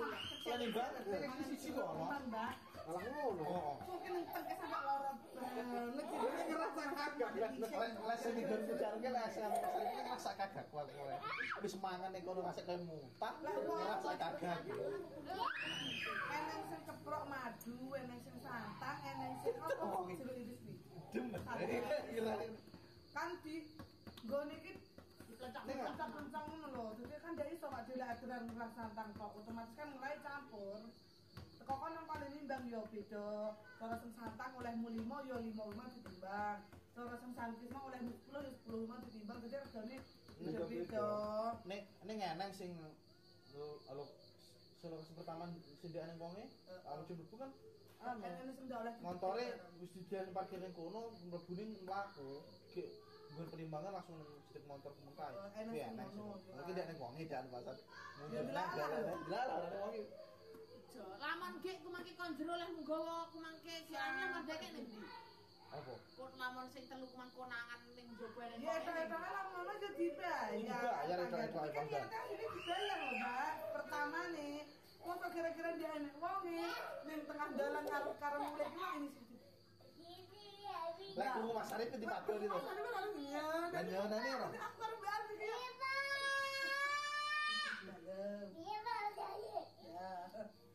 Alah kok kali kok karo Mbak Andi. Iya, dia cerita kayak gosong lho. Iki kayak pupu iki mangke pokoke. Tekan omah Pak Arif iki enggak ngerti. Ora ngerti, sing dikira bayar kabeh. Pak kan dia aleng gowor untuk bayar cek. Sing jupu kan Mbak Andri. Sisik gowo sepesek. Nek gas kan Mas Arif ndak sadar kok gimana atur rong pesek. Pikirane bolak-balik gimana kan wis akeh pesek ngono. Sing kresek, sing telung kresek juga kan ngisor kursi ditutup karo lho gombal-gombal Bukan tas-tas ngono. Gowo tas bangkelan-bangkelan kan otomatis wong sing ngono ndak ngecek. Wong aku mangale kayak tak loro. Lah salah wong sing ngerah pertama jeruk sangkis ke ditirisin kono. Dijual banyune lho. Dicupuk banyu. Gowo alat oleh lho. Gowo alate lho, Pak. Gowo alat pres ngono. Jadi iki nyatuset iki lho. Sak ombone iki lho. Tilak jeruk alasan kuwi. Wong sampai oleh 4 botol lho. 4 botol aqua gede lho. Hei, jangan. Jangan dimasuki. Ngene iki mare kok intine ngene iki mare aku rugi wong mlebune kan ada 20.000. Kok sampai diperes sampai oleh 4 botol ban. Berarti ini banyu jeruk asli. Asli 4 botol iki mang. Patang botol aku gede. Gua aku ndak ngerti wong aku teko Diperesin jeruk lho ya. Wah, ya Orang pinter kuwi. ki sekeluarga kok kan enek sing ora enek sing ngiris enek sing meres ki kan cepet enek peresane cus ngono. Dipadu nih ya. Aduh. Polangan iku yo gara-gara ketemu blok aku munggah kuwi ketemu aku nyanggon kebun jeruk kuwi wong keliling ngonani wong lamun aku ora blok aku ora munggah itu aku nangan wong kuwi mang karena ada wong munggah neng Sudah lagi ya gue tinggal duit itu. jadi kon duit kok pipiro ngono ndak roh kayak wong iki saplak iki yo ingi nyareknya Ngalih terusan. orang dia juga lah lemah jeruk memang kayak terus sampai unduk-undukan tilak jeruk memang peh puasa ini loh kan kesempatan paling gowo Nek ning mangan ning kono sak karepe. sakarepe tapi lek sing go mulai bayar lah wong memang otomatis bencai ning kono dadi akeh Wong wong sito. apa wong sitok dia wong sitok tapi ada sing gede tok lho kaya apa tekan tekan Nah 20.000 ki pengen ngomong jeruk kene 10 ya. lah iya Nah tak jeruk 10 wong sing papan. iya lho mah kalau aku ngerah kok kecup ya tak buang lho tak buang lho kok ngerah nih kok ketirane kecup tak buang ketirane lagi tak pangan Kok sak penake dhewe berarti. kok demen ora kecup ya ora piye-piye Demen pokoke. Gil bikin resik soran ijo-ijo. Ora takone satu ceritane nek. Masuke. Lebune to. Iya. Ya ora belum kira resik kok takok saya salah-salah. Rugi malah 20.000. Rugi yang wah-wah. selain apa selain sing telur plastik enggak diduiti gimana kan nyati kan harus diduiti ya Pak Dewi alih ngutel yang jero tas jadi yang jero tas wis enek isen nih bawa nekat isen nih jero nekat jadi sing telur plastik itu tak tunggu karo Mbak Andi karo tas plastik karo tangan plastik sing sak plastik diduiti dhewe-dhewe diduiti aku ya duiti maksudnya sing karo tengah kita ini karo tengah Sekilo piro nukune ning kono iki? larang malah larang nukune dibantu kuning jopo malah larang. nang kene kan oleh 7.000 ngono 9.000 dene sing keprok kuwi nang kene oleh Ya marano barang gua. Barang wis pilihan to mesti lek wis mulai wis dipilih. Dipilih. Mangan nek ora sik tak diliki. Sira iki legi apa ora diliki? Oh, batere mesti legi-legi iki sak iki. Pokoknya sak legi berarti legi kabeh. Apa yo mergo anu to ngono iki. Carane. Apa? Panggah eneng ngono sing mateng. Lek anu wong rumah saku ki wong cilik. koyoke ndak lho baru. Sing pomo sing ngisor ki akeh sing tuwek ya, sing dhuwur kuwi mulai pentel-pentel lho, Mbak. Dadi engko kira-kira lek sing dhuwur kuwi Anu to. tuwek sing ngisor yo. Pirang lokal ngono lho. Oh, tapi daden siji. Heeh, ibarat sak kotak ngono, budi ngono, sing saiki sing sasi iki ngono kira-kira yo ngono kae. Sing sasi iki sing dikunjungi, engko sasi ngarep kae. Oh, sing ngarep kae ngono. Tapi kan ngisor wis ana sing tuwek ki nang dhuwur wis ana sing pentel-pentel. Ngono ke. Yo wong iki panggah sak karepe dhewe ngono ke lek wong ki. Ngono ki rame apa ora ning kono? Rame. Ya rame lho. Wong ngono sak karepe dhewe to, Bang. Wong limang motor lho, tapi kan Sing ning kono ndak oleh dinyanyi mengki yo panggah brobos sing ngono sing lahane kan luas. toro matang-matang kan Toro wong memang meres ki mangke cuma ning kedokan nomor 5 kan kon dhuwur ndak ora ketara. toro. Lah ora dinyanyi iki. Yo bawa aku. Ya gorene dikasih Mbak Tanti. Lah iya dikasih Mbak Dela. Bali dene. Ojo kok buru. Lah kok rebut kuwi kok dibanteng lho, Mas. Nabi. Mimi yo Mimi lho kono. Tak Sampeyan tak goreng ayam. Nggih. Mbak. Nabi.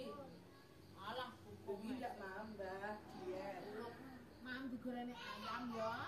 Ayam anu upin-ipin ya. Mam. Nek tuh aku mau ndung madang lho. Digoreng Madang mulai upin-ipin ya. kantor madang dadi sitok tok. Digoreng upin-ipin. Wes, itu sampe ngomongi bengi aja madang ya. Ora madang. Kuwi lho wong mambengi le setengah loro klitak-klitik. Jereke ngene. Kowe iki apa aku ya, Bu? Adi uduk, mbok uduk, ora ndek hubungan darah, tak kongkon kowe iki kok cekek sandal jere. Cekek sandal ki lek ora kok blonjo ra kere aku. Ki aku bareng ki kan yo brah-breh, kater kowe iki wong bobo wong iki jere. Malah ora brah-breh ra sudi kok kongkon aku. Tengah iki. Tengah loro. Aku ki goreng iwak nila karo. Tak rem permen ndak ono. Kayak grene tengke krut. Ya kamu iki. Tahu gene metu. Manggal, Bener ceret to. Ceret. Ada nggak tak goreng lah, boleh tak nunggu ya Wes. Aku tidak tergoda ya mana-mana. Ibu ini kita apa saya kan sampai dalam madang ini madang atas sudah semua aku tidak madang aku terus tak ada ya. Kita sing biasa saya kayak kalau mau sama madang. Kayak orang madang. Ya ini. diet IF lho cepet. Ndak buat. IF ki apa kuwi? Jenenge IF ki. IF ki mangane sego ning jam tertentu. Lek kontan kuwi, kalau konsol Tapi iki. dia wis hoyo ngrakut, masa mangane ning jam tertentu kuwi. Lek konsol kuwi mangane pokoknya mangan sembarang ya. Jam 12 awan teko jam 7 bengi iki mangan sembarang. Ning jam 7 bengi teko jam 12 awan. Kok jam 12 awan ndak Ndak madang. ya kowe. Niki mangan sembarang lho iki. Cuman gorengan mangan. Ya mangan sembarang. Iya nyatu, tapi kan iki jam tertentu. Heeh. Pokoknya jam 12 Pokoknya awan teko jam 7 bar bengi. magrib kuwi teko sesuk nek awan ki mek banyu putih. Ya wedang yo ngerokok ngono wong lanang. Ngono pahit wedang e. Ya iki. Iya iki. Mang kan masa ngetene gilbi sekolah kan lek sarapan mesti kan setengah 12. Kowe ngono ki ya percaya kita mau sarapan mesti mbok pengen kopi 4. Ora, patak teko mang kan panas biar masa kudino mang. Terus bencah semongko mangan semongko. Lah kok nggeli ya kan sampai ndek. Aku terus apa? Aku koyo dhewe rendah iki. Ya bro, ben mangan semongko panas peyet mangan semongko. Langsung koyo semrepet ngene lho, Mbak. Delalah gilbi ki mulai sekolah ki terus turu. Ya samu. Kukul. Ngombe anu, ngombe es campur enek susune. Ojo ngombe susu. Ning iki gede kemana yang campur. Dinginane ki ada kok Ibu Nisa. Kan ning kulkas tak ombe. Kok niku nek anu lek, mangan ngombe lek niku nek ngene podeng apa ini. Iya. Makane nek ngono kuwi. Lek doang susune. Jadi ngomong harap. Iya, nek ora ngono kuwi. Aku ki pirang-pirang dino kan anu. Ibu sadar digawakne dianu jus kae. Jus ya. Lah aku tuku jus tak pengen ngetuk susu. Bene topi. Kok ibune isal. Kowe kok suwe lah kok ono nek. Pinjemno lho Mas, pinjemno ndak apa-apa lho. Kowe kok suwe Bi. Kok ibune Nisa. Anu bojone. Nisa ibune Nisa. Bojone Samsul. Es campur ini. Iki berantem kok ngene. Kemarin ini ya. Wah. Ah. Bilang ngono kok kresek-kresek tuku susu barang gak nang kresek-kresek. Lalu ki kresek-kresek tuku susu tak buahe karo susu soda ayo bro. Minum bocah cilik. Susu biasa tuh. Susu kental manis. SKA. Ya berarti susu kental itu. Mimi apa? Apa lek iki lek pagi kene ane iki. Pokoke mbru ndang apa lek ilate wis legah-legah ngono kuwi mesti kene iki putih iras kasar ngono. Itu ngomor-ngoreng. Aku sudah ngerti ya apa. Emang dari mana? Kuwi ki ya jangan aku nganggo kerja. Nah, iki kan anak mungkin dia alergi Mbak, tapi sampean aku dhewe alergine apa? Aku sampean golek dhewe. Aku kok kaya ngene kan apa sing dipangan ditakekne. Kok ki moro-moro paling wis. Baru ngono kok. Anu, gak akan raru mang kadang mangan apa ngono. Kontrol kecepatan wis. Sabar niki. Kok ngomongin sik ngelali, wis tak sabar niki ae. Dolan kok Enggak apa-apa, enggak apa. Enggak apa-apa. nang anu dolan. Koyo anu. Ya itu. So. Lah iki. Ini ditunggu lah lah sita. Wayang iki oke ya. Wayang ku ndek antrian ana 5.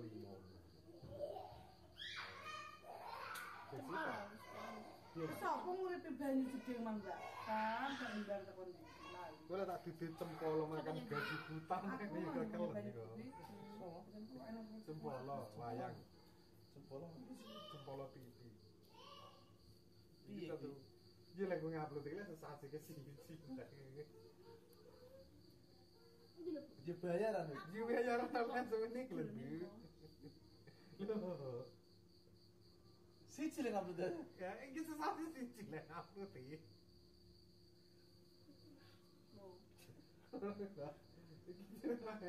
Tak tak nih. Enggak gitu iya aku. Tapi baru melecet kan. Iki lho. Iya aku ngono. Jempol TV oleh 7 juta sate. Ora tau diupload iki malah koyo. Lho, ora tak kelas. Iki apa jenenge? Bodong.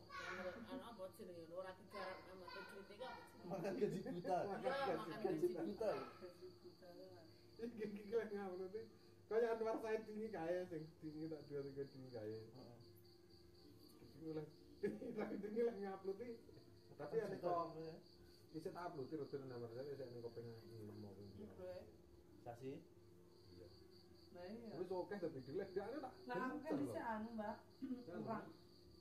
Lek sing wayang Kalau sing terlihat, tok. kok saiki nggak tahu, belum tahu malah. Upload iki. Bendina dong. Lek Jangan terlihat. tak upload tidak nang sing iki Sing ngomongin Dari garing ya. apa yang mesti tahu bendina ka upload mangga. Bendina sing ngomongin sing emang. Padahal enake. Bendina. Karo jaman Yo, kates. Gua terus. Bodong kates anu lemu. sing cempolo Nyetan ngomong. Utama wis yo utama. sing Wah, sing satu iki mana. Wah, ya akeh. Bojone ya. Dadi liyane iki bar iki. Soale utamane dhisik ngedit Lho, iki. iki mang. Iki soleh lagi yang liyane. Udah makin bener. Karo sapa karo. Oh. Wah, iso mana aku ora lembut. Lek Lek mulie emang numpak. Kalau aku mau nek ngono kuwi. Ayo turun. Enggak nek meja. Koncetane nek sing pecah lho ora landhep. Anggur goreng lawuh kon lho Hes didulang Hes. Nek wong bermantu, Mbak. Kriwil. Auren. Heh? Anu moren. Apa ngantuk? Bubukno no. Ngantuk. Anu gorene. Dia ambil air putih, Dil. Ini lho, Mbak. Ngutuk niku lho. Lah kuwi to lah. Sampai teko ireng, sampai teko ngono lho. Lah letar golek nang kloso. Kelonone ning jero kok. Kon ning kamar kok. ah sak oh tuh bos Nanti Mas kloso murin iki. Kuwi ning jero. Ning jero nek kuwi. Iya. Ora ayo enak. minum Apa? Minum. Iyom kok minum. Arek iyom ta men ya.